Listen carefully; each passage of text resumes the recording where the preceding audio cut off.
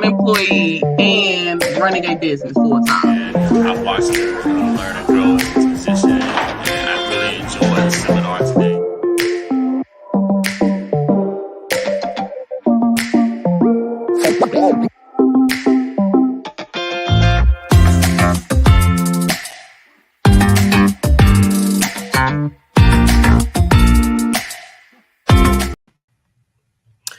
Hey y'all, hey, it is another live night here with Brandy Fox, would be the entrepreneur, as well as my home girl, Jania Massey with Hugh Pack, out here impacting the world one day at a time, one nonprofit at a time. So we are super excited to come on live. I got to do it sideways, y'all, because this is my first time going live, so I don't know how this is going to work. Okay, boom, this worked even better. So anyways, we are going live today on Instagram and Facebook to kind of talk about some good little information about how to manage multiple business entities.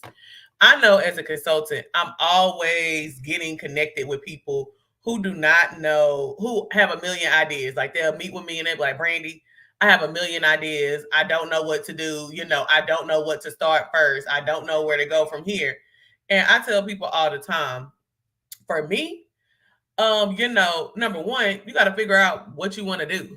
Number two, no, wait, let me scratch that. Number one, let me start with this. I 0 out of 0 recommend starting a business, multiple businesses at the same time. I 0 out of 0 recommend. Jania, you tune in, you let me know what you think about starting multiple businesses at the same time. I said 0 out of 0. What is your rating for starting multiple businesses at the same time? -5 out of -5. I am dying. Not recommend. Okay, tell us why you don't recommend. Because I think that doing too much before you understand the ebbs and flow of business will have you to quit faster. You don't learn anything from it. You're going to burn out quicker. You're going to not appreciate the journey. You're going to have mixed messages with the audience, your customers. It's just a snowball effect of different things. There's going to be a lack of clarity across the board. So people are not going to know how to support you or how to buy into what you're selling. I agree. And I would say from my opinion, I 0 out of 0 recommend because it's really no purpose. Like, it really is a lot. And even with me being an entrepreneur, as long as I have, when I did multiple businesses at the same time, I was so stressed. Like, I felt like people would be like, oh my gosh, girl, you doing it. I don't know how you doing it, your businesses and your kids. And they not knowing, like, couple hours ago, I was in the bed in a fetal position, like, you know what? I don't want to do this business thing anymore. I do not want to do it. It's too much. I don't know what I was thinking. But I do understand, too, me being a semi-impulsive person, I know how it feels, to have an idea and just want to go with it. Like, you like, oh, my gosh, this is a great idea. I want to do it right now. I don't want to wait. And then you hop into it, and I'll be like, oh, snap. I done got too far in. You know what I'm saying? It's a little bit more than I thought. Yeah. So with that being said, let's start, Jania, with people who have business ideas. What is your suggestion for a client that comes to you and they like, hey, Jania, I got 5 businesses. I don't know what to do. I know I can't run them all. What are some of the tips that you giving your nonprofit clients when it comes into that multiple entity space? Yeah. My first tip is always around research. Like, is your idea something that's already being implemented? And then how successful is that idea from somebody else's perspective? Granted, y'all are 2 separate people, so you bring your own sauce, but is it something that's already being done, and is it being done well? So a lot around the market research. I think too, for you to have so many ideas at one time, I feel like you have to do the one that you have the most passion around, because that's the one that you're going to commit to the most. You can't be passionate about 5 different situations, right? Mm-hmm. It just doesn't work. I would go with the one you're most passionate about And then as you grow and start to have sustainability, then you can launch the other one slowly and roll out after you've mastered one. But I feel like my very first thing is market research. Who's doing it? Because so many people, we all know the whole, there's Walmart, there's Target, there's Sam's Club, there's Costco. They're the same type of thing, but also those are businesses that have been around for more than decades. Yeah. But a lot of years, and it's consistency behind it, and it's different branding behind it. So I think you need to really dive into that first. What you think? And that's perfect. I don't even have anything to add to that. That is 100% perfect. I think knowing your market, it makes it worth it. And also, I always tell people to start with the easiest one. For me, I'm all about confidence building. Like if I get in something, especially if it's something new and I don't know what I'm doing, I get discouraged. I'm like, like if I don't, like I'll get discouraged and I'll stop doing it. You know what I'm saying? So for me, I always try to make sure that it's the easiest thing I can do. Like whatever is the easiest, I'm gonna go with that one, knock it out, make it a business, make it look good. Now my confidence on 10 because I'm like, I done started this business. And now, and the good thing, what I love about entrepreneurship, one thing I can say, and that's with me currently running 7 businesses, is that once you learn how to run one business, that same method, it literally, it goes into every business model because everybody's like, well, I don't know what to do because my business is this and my business is that, but I'm gonna keep it a fan. The foundation is the same. Yeah. I don't care if it's a nonprofit or S Corp, a sole proprietorship, an LLC, that foundation, what you need. I've never had to change my startup tip book that I give to my new clients. It's the same. I think the only thing that makes business different and is really around the marketing is service-based versus product-based. I have a service-based business, but I'm also operating as a COO for a product-based business. And I just realized how much we have to market, how much we have to really push it out there to push units because we are selling an actual physical product that, you know, people have to see every day. I think sometimes with service-based businesses, if it's like a done for you, if you're like a consultant or something like that, you really can hone in on your target audience or hone in on a particular client and like submit RFPs and proposals, you know what I'm saying, get bulk sums of money. But I do think that if it's an actual product, that's a little bit different, but just from a marketing. But yeah, you're right. Starting a business is starting a business. Yeah, it's starting a business. So I think once you get that, it makes it a lot easier. So if you just tuned in with us, I'm going to drop a couple tips in the chat box, which includes making sure that you do your market research. If you have multiple business ideas that you are looking to do, you want to start with your market research. Which one is the easiest? All right. Next, after you do that, really look at what it takes to start this business. Capital, networking. Do you need a brick and mortar? Do you need, you know what I'm saying? What do you need? Do you need a staff? Can you do this by yourself for a little bit? Really look at everything that goes into a business, y'all, because it's bigger than having an idea and being like, oh my gosh, I want to run with it. Because if that's the case, y'all, I have a million ideas. But some of these things, I have to wait. Like, I'm like, dang, I want to do this right now. But I'm like, you know what, Brandy? You already at max capacity. 2025 is up. I'm coming for you. You know what I'm saying? And don't hesitate to do that. Don't hesitate. What you said, Janine? I was singing a song. If it's up, then it's stuck. If it's up, you know, Cardi B. From the homie Cardi B. From the homie Cardi B. Like, don't hesitate to put things aside. I think that during COVID, people pushed entrepreneurship so crazy, and it was so many people that was getting really fake entrepreneur rich when they really wasn't entrepreneurs. They really just honed in and capitalized on a very, very tragic time. But when you look at the real entrepreneurs, the ones that started their business prior to 2020, prior to 2020, if you look at them, those are the real people that you really, really want to watch. These are people that had to start their business the old-fashioned way. They built their audience. They had to stick it through COVID. I was talking about didn't have no PPP. There's no PPP. We didn't have that. And it was some people out here trying to make it. So, you know, look at your real Look at your real entrepreneur people. Look at the people who've been doing it prior to 2020, because those are the people that you want to follow. They've already had a business in place. They've made it through COVID, one of the most tragic times in American history, well, world history, and now they're still sustaining to this day. So I say that to say, know what you want to do. Have a passion for it. Make sure it's affordable, and make sure you know what you're getting into before you move. These are the tips for people who are looking, who have multiple business ideas. That is our tip for how to get you started. Now, let's go into people who already have multiple businesses. So let's say, and that's not uncommon nowadays, especially with the economy. I know 3-4 people that's an accountant, bartender, you know what I'm saying, babysitter, and they maintaining these 3 hustles. So Jania, with that being said, what would you tell somebody that is multitasking multiple businesses? How could they do time management and productivity? What are some tips that you would give them to increase their time management and productivity when running multiple businesses? Yeah.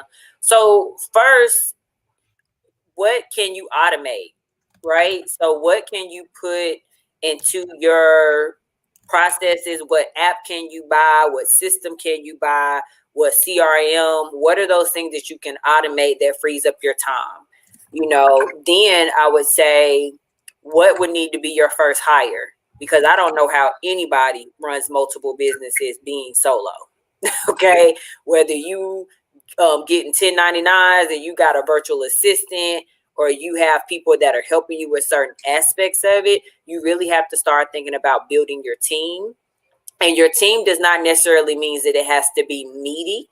You know, a lot of people think, oh, my team, you start thinking about full-time payroll, benefits, and things of that nature.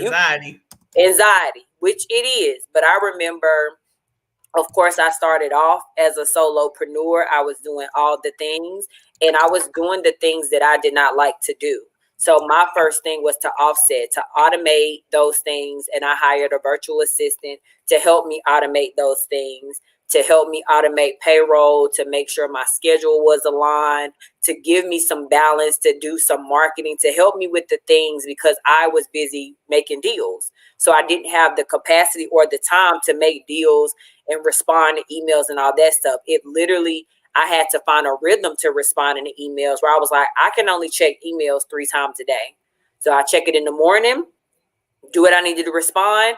Then I wouldn't check it again to maybe 1 or 2 after lunch. And then I wouldn't check it again to maybe 3. After that, those are the 3 times I message it. And I would give myself like timers, like you got 20 minutes to look through. If it was something I could answer immediately, I would. If not, but I had to get some systems in place. Also, block your calendar so you can have time to work. I think a lot of people just work. Sometimes you have to block your calendar. Put your phone on do not disturb. Put your email, you know, I'm away from the office. Like, you have to give yourself some grace. But I started hiring people. If I don't care for marketing. I like to come up with ideas because that's the creative part of me. But as far as implementing, posting on social, all of that stuff, like, I could spend my time doing something else. I could just give the concepts to somebody. So I think you have to really sit down and decide who should be on your team that can help you to execute and be a solid business, a full throttle business. No, I agree. That was perfectly said. And just to hone in, anybody that just joined us, please make sure that you share this live. We are live every Tuesday, 7 p.m., just dropping quick 15 to 20-minute tips about how you can run your business a little bit better. So if you're on here now, make sure that you share it. Also, follow us online at B.the Entrepreneur. I'm going to drop that in here. Jania, shoot me a message with yours so I can copy and paste. I want to make sure I got HUPAC right. So make sure you follow Be the Entrepreneur, y'all. If you are looking for a startup business consultant, somebody that's been in the business, it'll be 13 years on March 18th. I am here to support you with your startup business goals, whether that means organizing where you are, you have multiple business ideas, you don't know what to do. Set up a $20 consultation. If you have a business idea and you don't even know if it's worth it, set up a $20 consultation. I promise you, you will not find anybody with the type of knowledge and support that I can give you at that $20 rate. And with my $20 consultations, I do guarantee action steps. So you're not just going to leave with me lecturing you. You're going to leave with action-based steps that you can apply to your business right then. And if you choose to move forward with my services post consultation, that is great. But if not, just know that when you set up that $20 consultation, you walking away with valuable information to help you grow and scale your new business model. So with that being said, hopping back into running multiple things. So I love everything you said, Jania. It's all very, very, very relevant. I know do not disturb. That was something I had to implement because I get a lot of phone calls. I get a lot of text messages. And even though I have a team, I still have certain things coming to me because my team is fairly new. I just hired a new team probably around, I would say, like March of last year. And with my business models, you need a significant amount of time. Like Pamper Us, it take a lot. And my girl, she coming up on her 1 year mark, and she's just getting comfortable to be able to run everything the way it needs to be ran. So I still got everything coming to my phone, but that do not disturb. It's a lifesaver because I didn't realize. One day I did a count of how many times I picked up my phone during my work day, and it was like 62 times. Yeah. And it was 62 times, and it was mind blowing to me because I wasn't even doing anything. I'm like, why am I picking up my phone 62 times? And when I catch myself, I'll get off. Now, mind you, these would be different websites. This would be like, it might be LinkedIn, it might be Instagram, it might be Facebook, it might be Gmail. But I was touching my phone, and I'm like, this is time that I'm wasting that can be used on working. And I remember when I hired my virtual assistant, and I was showing her like the processes and everything, like onboarding her. She was like, "How are you doing all of this by yourself?" And it took an outsider to be like, "Ma'am, you are driving yourself insane." She was like, "Do we need to like have a therapy session?" You know what I'm saying? Like, how are you able to do that? But I would say, you said something that made me think, when you are hiring, you have to be slow to hire at some point, but quick to fire, you know? So, because you let it go. You do. But also a book that helped me, it's a book about virtual assistants. I can't remember. I think I forgot what it's called. Maybe called Virtual Assistants. But reading that book helped me understand how to categorize the things that I have and what those processes were. Because again, when you do everything and you have everything up in your brain, you don't think about the process that you're doing that makes logic sense to you. So you may have to spend some time to actually sit down and like write out your process and start writing simple SOPs to how you do X, Y, and Z. And what's an SOP for people who do not know? SOP means standard operating procedures. So AKA your manual. Your work manual. It's like your work Bible, your work manual. This is how you want certain processes to go. So if you have somebody, if you're selling a product, your SOPs could be like, I'm selling this product. As soon as the item is sold, we have to have an automatic response email to the customer saying we received your order. After that, we have 24 hours to fill that order, whatever that item is. And then the shipping needs to go out by day 2, right? That is the standard of how you want things to go. After the shipping goes out, it may be next step, emailing the person, letting them know your shipment has gone out, which should be automated if you use something like Shopify or whatever you're using to sell your product. But then after you do that, it may be, hey, I want to send a follow-up email to say thank you for purchasing. Have you gotten your item yet? Can you write a review? Can you do a testimonial? Can you post on social media? So this is the standard that every time somebody buys from you, this is the process of how it can go. Hey guys, you have to do that for every element of your business that consists of acquiring a client, transitioning them into paying clients, and then retaining them. This is the same process. And that's where a lot of y'all, I'm not even going to hold you, new entrepreneurs, that's where we fall short at. Well, that, you fall short at because you jump in, because you have a great idea, especially people who are naturally talented in what they do. Chefs, hairstylists, nail techs, anybody that kind of has that natural creative ability to the point where they're so good at what they do, they can just hop out there with no business model and be like, hey, y'all, I'm making crochet hats throughout the end of the year. You know what I'm saying? Come buy one. Next thing you know, you got 150 orders for these crochet hats, and you have no standard of procedure. And that's when your business outgrows you. And it's a lot of people that their business outgrows them. And then they end up having to shut down for having too much business and not being ready for it. And people overlook that. They always think, oh, I don't have enough business. You will be amazed at the number of people that come out with a good idea and they shut down because their processes are not prepared to handle 150 orders in one day. Right. So that goes back to your foundation of time management and productivity when you're running multiple businesses. If you take the time out at the beginning and literally write down each procedure, each process that you want each element of your business to have, it's going to make it a lot easier, because once you get all that into a system and automate it, then you hire your VA, your virtual assistant. Now you have a fully ran business.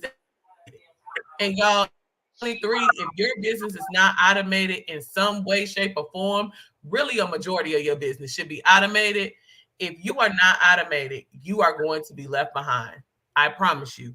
You are going to be left behind anybody else in your industry, because we can't do it all. And you want to keep your costs low, so you can't hire everybody either. So make sure you have your standard SOPs together, standard operation procedures.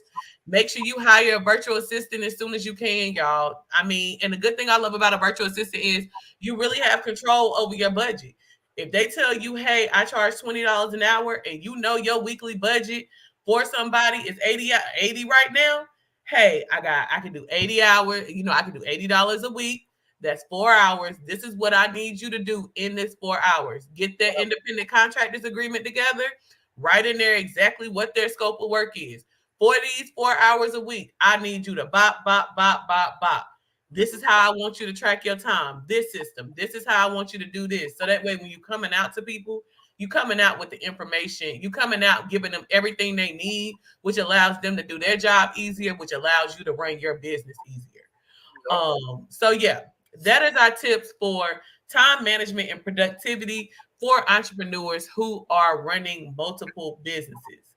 Please note, if you just jumped in, do not hesitate to share this live. We want to help as many of our melanated entrepreneurs as possible understand the key things that are really killing us as entrepreneurs in the grand scheme of things. So make sure you tag somebody, share it, add them, and tune in here every Tuesday at 7 p.m. because we're dropping it.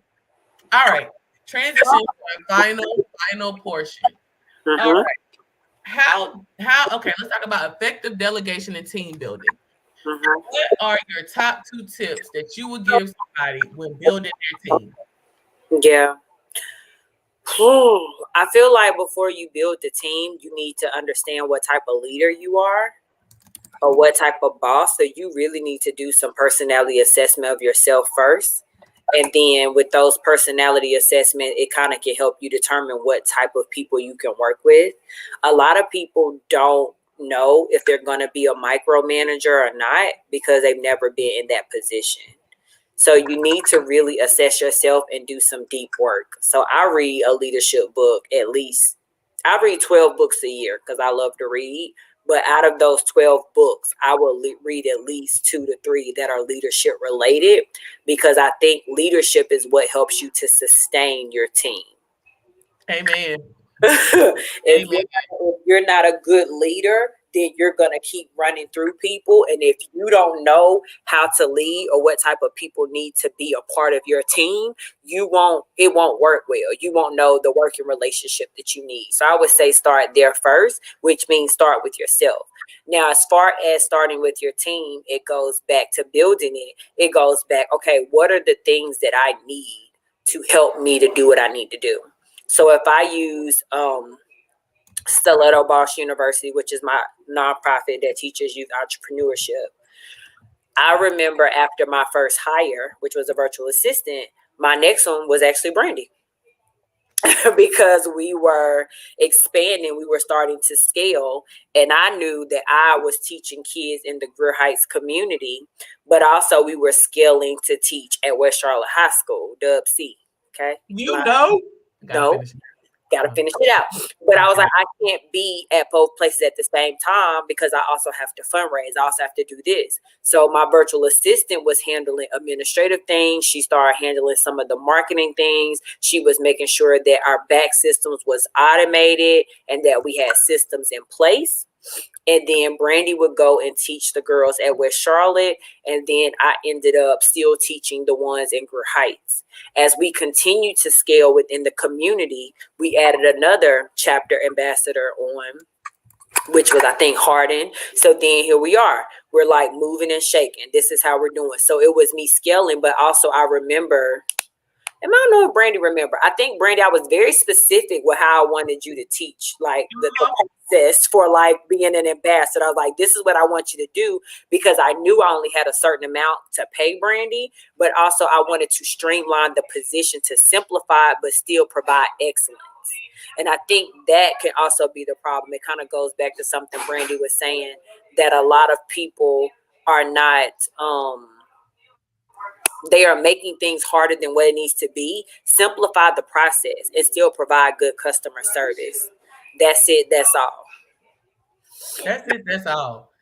And I literally dropped that in there. And guys, if you check the chat, thank you, Jania. Those are perfect top 2 tips that I definitely highly suggest. If you check the chat, I did drop a link to a quick leadership type style quiz.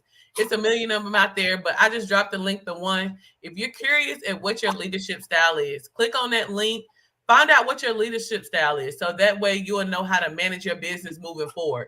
Because if you're a micromanager and you hire somebody that doesn't like to be micromanaged, they're not going to last long. I know for me, I'm not really a micromanager. I kind of give you your task. I expect for you to handle your task. And if I see that you're not handling your task, I'm going to follow up with you and figure out how we can handle this task accordingly. But we'll have a team meeting.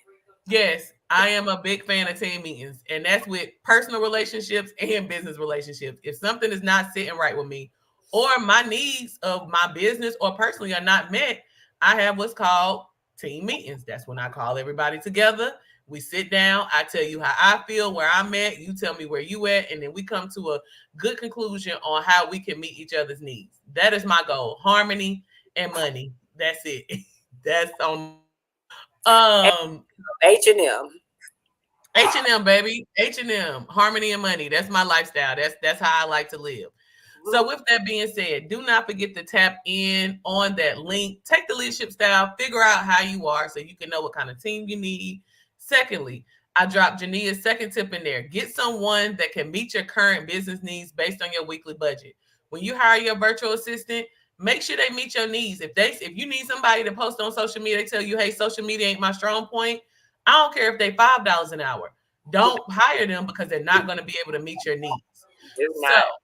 They're not. And you're going to be upset. You're going to be frustrated. And you're going to be wasting time training them when you could have got somebody else. Mm-hmm. So with that being said, we are going to close out today with any kind of entrepreneur tip in relevance to running multiple businesses or being an entrepreneur with multiple business ideas. Jania, what tip do we want to close out on the people tonight? I would like to close out with, when you do have multiple businesses, sometimes, and I learned this in the last maybe 2 years, you're going to have to hop back into the business. So you may be thinking, I got everything running, people look good, blah, blah, blah, blah, blah. But you're going to sometimes have to hop back into the business, meaning you're going to have to streamline processes. You're going to have to maybe clean up SOPs. You're going to have to add more policies. You're going to have to reassess. So constantly check in with your team, no matter how big or small. See how the process is going. Make sure they're doing the hours. Does it take them longer? Is it shorter? Is it something else that you can offset? And I will also add to truly build a relationship with your team so you can know what they're passionate about doing and if it aligns with the goals. Because I'm very, very blessed that the people that have been working for me have been working for me for a long time. Baby, we loyal. We loyal. It's like I hit the jackpot. I hit the jackpot, and I'm very grateful for it because I haven't had to deal with a lot of staff turnover. And if it was staff turnover, it was because of life. Like, going off to get to extend their education or something of that. It never was anything like I'm not passionate about the work. Like I've had people to leave and be like, I really don't want to leave. I'm trying to figure out how I can make it work. And it's like, no, go do what this is a great assignment. Go do it. But I'm grateful that I've had the same people for a decent amount of time. I agree. And me too. Like one of my longest massage therapists, Luann, baby, that's the homie if you watching. But she held me down. Like she was with Pamper Us for 10 years. Literally from 2011 to 2021, she was on my team. And most of the people that's on my team, they're on there for, I kind of have an average rate about 4 to 5 years. Before people kind of transition, either doing their own thing. And sometimes, we bump heads. When you're dealing with independent contractors, sometimes it is better to go your own way. But I definitely make sure, regardless of any type of relationship I have, personal or professional, I always try to leave everything on a good, green, clean slate so everybody know what's up, and we can all move on forward amicably. Yeah. But with that being said, thank y'all for tuning in. Do not forget to follow me, follow Jania. We online. We want to connect with y'all. If you're looking for a nonprofit consultant to help you streamline your nonprofit goals, fundraising, all that stuff, Jania is the plug. If you are a for-profit business, new entrepreneur, and you're trying to figure out, how do I start this business? What's the next step? What's a tax EIN number? Who do I register with? If these are some of the questions that you are asking yourself, do not hesitate to set up a $20 consultation, y'all, $20 strategic planning, and $20 organization. So whatever you need for your business, I want to be that resource, because at the end of the day, I want as many Black successful entrepreneur business as possible, because right now, y'all, we at the bottom of the totem pole and we need to go on and move it on up like the Jeffersons. But with that being said, thank you, Jania, for another night. Y'all tune in next Tuesday, 7 p.m., same time, same place. We're going to be live, dropping these gems that you need to be able to grow and sustain a successful Black-owned business. Yeah. Good night. See y'all next week. Love y'all. For real, for real.